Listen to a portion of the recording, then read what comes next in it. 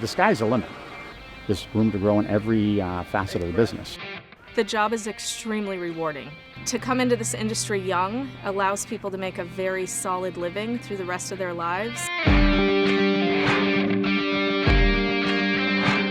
You can create a great career for yourself, and there's a ton of opportunity for advancement.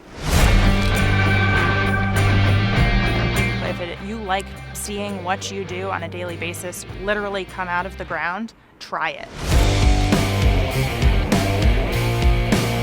The technical trades are a real opportunity for a lot of kids that are smart, hardworking, want to work with their hands a little bit, but also want to work with technology.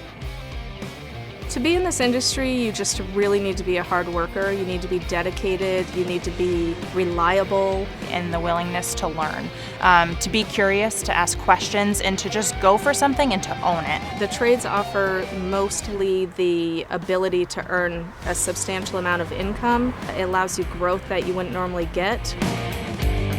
A four-year degree isn't for everybody, and sometimes a two-year technical degree has a much better return on investment than a four-year program that might be in a different field. I know a lot of people who have gone to college, worked other places, and ended up in the trades after 10 years, whereas if they had just started out, you can make a great wage, you can have a great career. I went to college for a few years, and then I decided I wasn't in it for what I wanted, so I decided to get out and try the trades for a little while and see how I like that.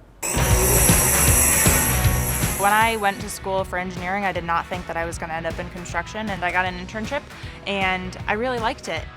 I tried field, I tried office, and I learned from all of those opportunities, but I figured out which one was right for me. I have a degree in biochemistry, and working in a lab was not for me. I needed to be outside in the field. I learned from the ground up, so now I'm a vice president of Walker Construction. College is something now that everybody thinks that you have to go to.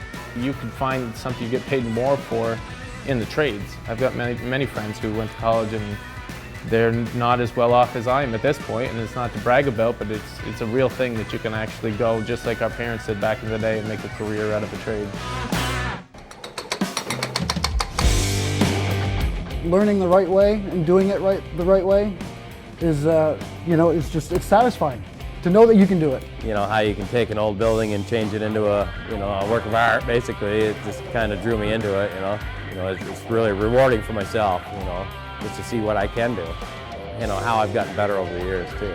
We always say we want to build it so it lasts over 100 years, and that's kind of cool to know that it'll keep going down in generations.